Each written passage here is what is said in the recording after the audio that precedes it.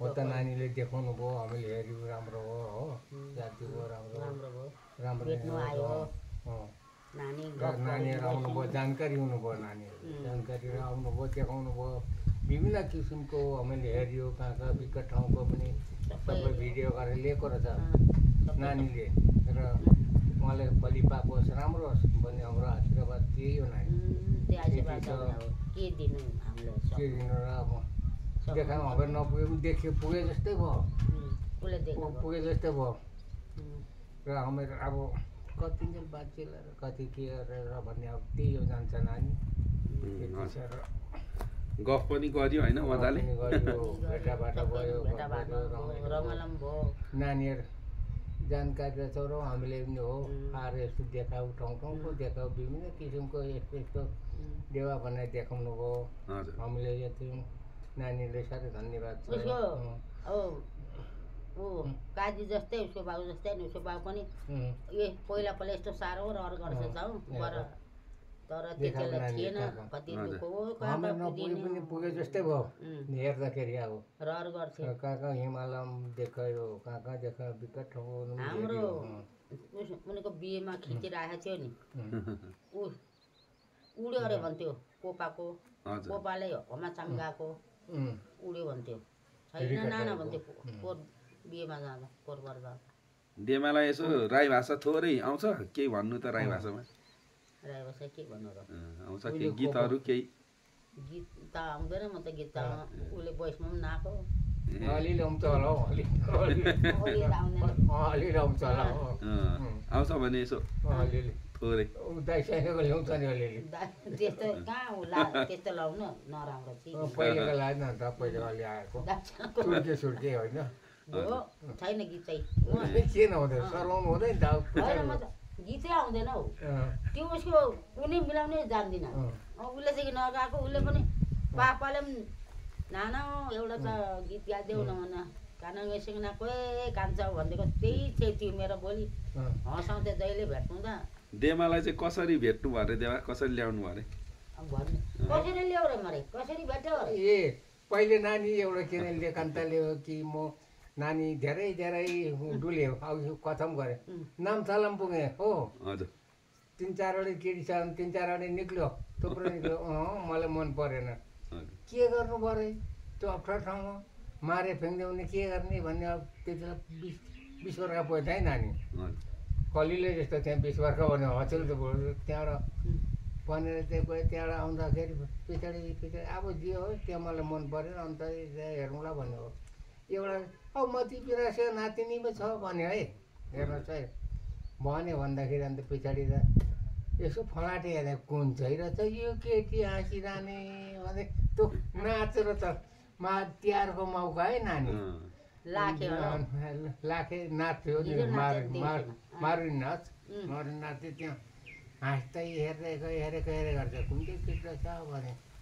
अन्त त्यहाँबाट पछाडि फेरि मेटाल्नु जाँदाखेरि जानुपर्छ त्यहाँ डाँडा आएर छोरी साऱ्यो भने जाँदा ए हौ फलाने हेरेको त यही पो रहेछ अब मलाई मन पर्यो आज त छोड्दिनँ अहिले बोकिने भए पनि जान्छ बन्ने भयो आँट देवाले पहिला चिन्नु भएको थियो देवालाई यसो देख्नु चाहिँ भएको थियो देखेँ म त्यति बोलचाल थिएन नि देखेर याद गर्नु भएको थिएन त्यो अघिल्लो साल है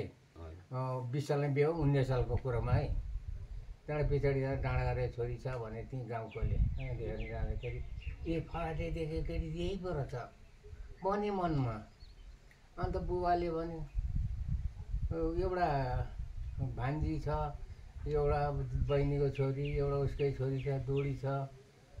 भन्यो भरे के भने एउटा चाहिँ बुलाइ ल्याएको छ भान्जीले त्यो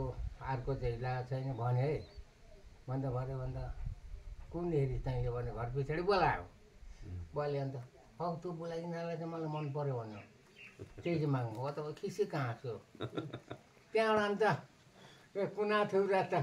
हेर्छ म त झमक गर्दै ए हो नि बात गर है साँचो कुरो एक केटाकेटी थियो नि हो त्यो 14 वर्षको हो त हजुर त्यो बालक भन्छ त्यहाँबाट अन्त ससुर बाले हो कोपाले भन्यो होइन नानीले मन पर्यो परेन भन्यो मन पर्यो भन्नु कता कता हाँसी मात्रै राखेको छु त्यतिले हेर्नुहोस् है हाँसी मात्रै राखेको छु त्यहाँबाट बदाल सदाल राखेको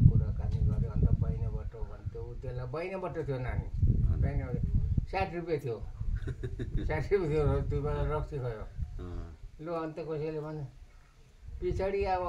आयो भने आएन खोला पानी खैयो खैयो भनिन्छ नि भन्ने कुरा पनि कसैले दिलाइ कुरा पनि गरे है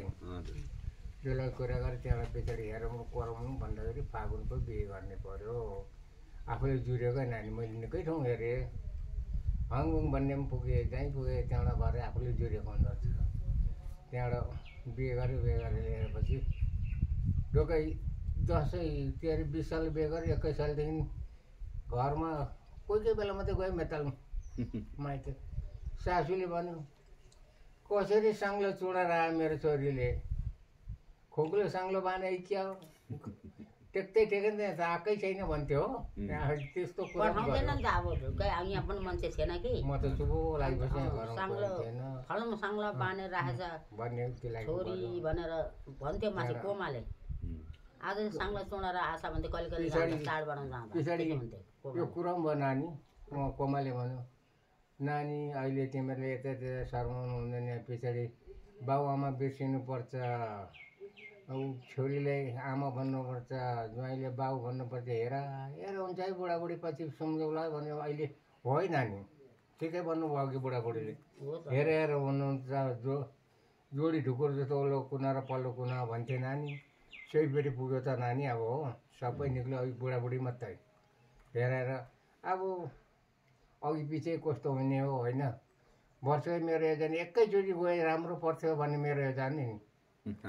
एकैचोटि गए राम्रो पर्थ्यो अलिक अगाडि पछाडि तलमाथि नहुँ भन्ने मेरो चाहिँ एउटा त्यही छ नानी ध्यान त्यही ध्यान छ मेरो छोरा छोरी अब पनाति पनि देखियो पनाति देखो पनाति बुवा बुवा भनिन्छ मलाई पनाति ठुलो छ अब पार तर्यो माइती गएको छ पार तर्यो नानी त्यसो हुँदाखेरि अब उमेरले पनि डाँडा काट्यो उमेरले डाँडा काटिसक्यो त्यस्तै हो र अब हामीले त के भन्छौँ छोरा नाति बुहारी इष्टमित्र भदैहरूलाई पनि हाम्रो आशीर्वादमा दिने नि हामीले आशीर्वाद दिएको चाहिँ लागुन् भन्ने त्यति छ अध्ययन नानी मेरो हाम्रो